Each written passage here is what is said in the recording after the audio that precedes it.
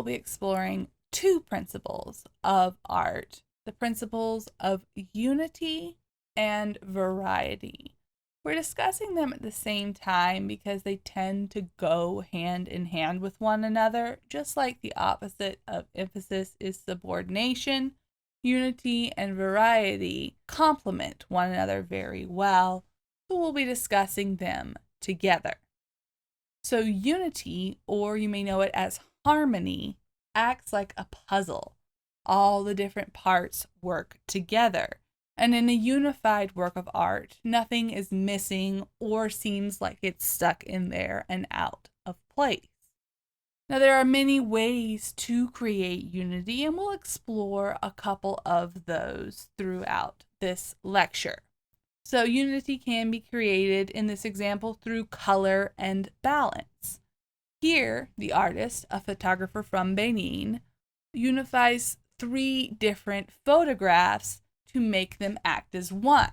When we place 3 artworks together and have them act as one, we call that a triptych. And here he makes them work together as a whole, even though each one is a uniquely distinct image, through the use of a similar color palette in each photo.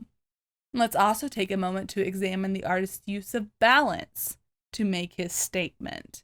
We have a female in the semi-nude in a traditional African mask and garb in the center. She is flanked then on either side by a picture of a building's colonnade. Notice those Roman arches in this colonnade, and also think about what time period and culture was obsessed with symmetry and balance.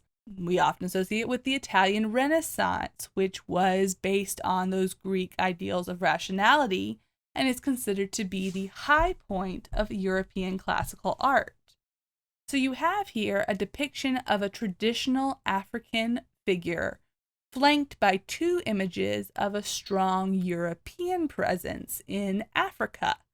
And now you're able to see and use those visual clues that we have from our knowledge of art history, the usage of masks and the basis of arches, on top of those elements and principles of art, balance and color, to read a story that we can decode from visual language.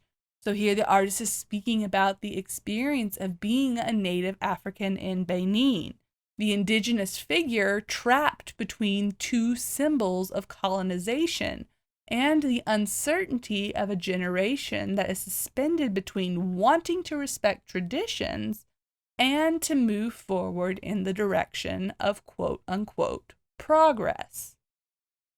And we see designers often utilizing the principles of unity when laying out a room. Here, the designers use color to bring together different textures and different shaped objects throughout the room, but they create unity through a universal color palette. You may also be able to create unity through repetition of shape.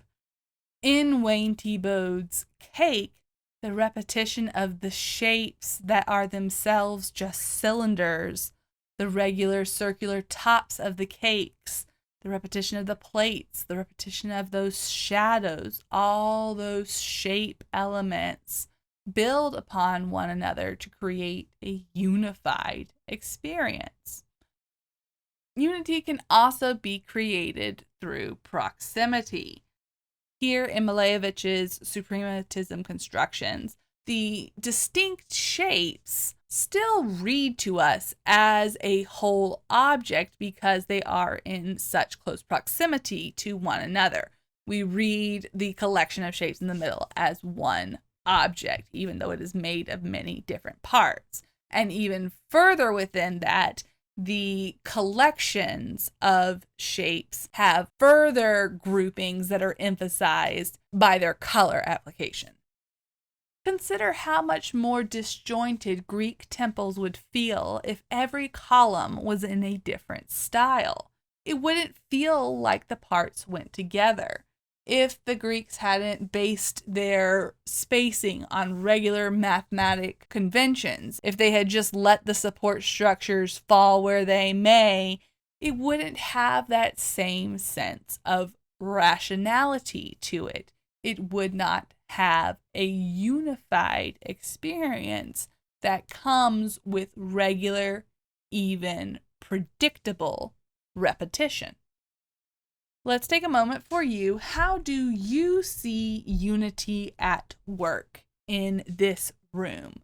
What elements of art are being used to draw everything together to make it feel like everything belongs and nothing is out of place? Now let's move on to variety, which is the manipulation of characteristics of an element to avoid sameness. Variety is what keeps us coming back to an artwork. It's what makes us stand longer in front of some pieces. That inability for us to completely assess something in one glance because there's something about it that isn't quite predictable.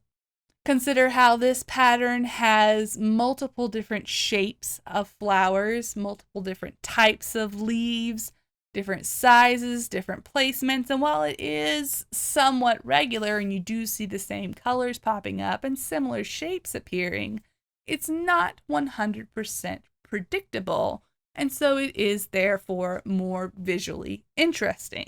Variety is the hallmark of visual interest. The more variety in your work, the longer the time the audience will spend with it.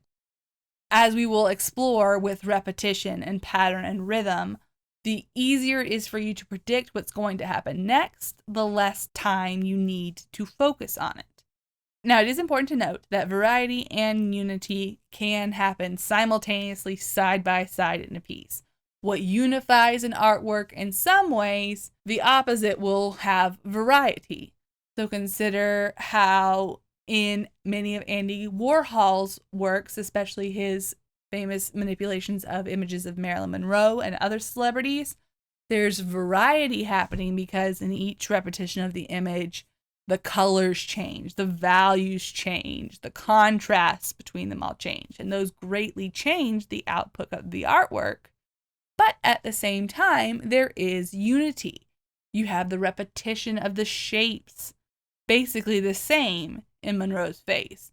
You have that repetition of the square over and over again as it's tiling around.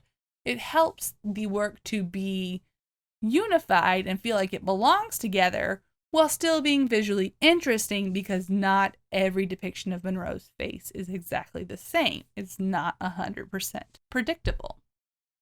In these photographs of citrus fruit, we have variety in the colors of the citrus as well as their size, but there's also unity through the general circular shape, through the texture of the citrus as well.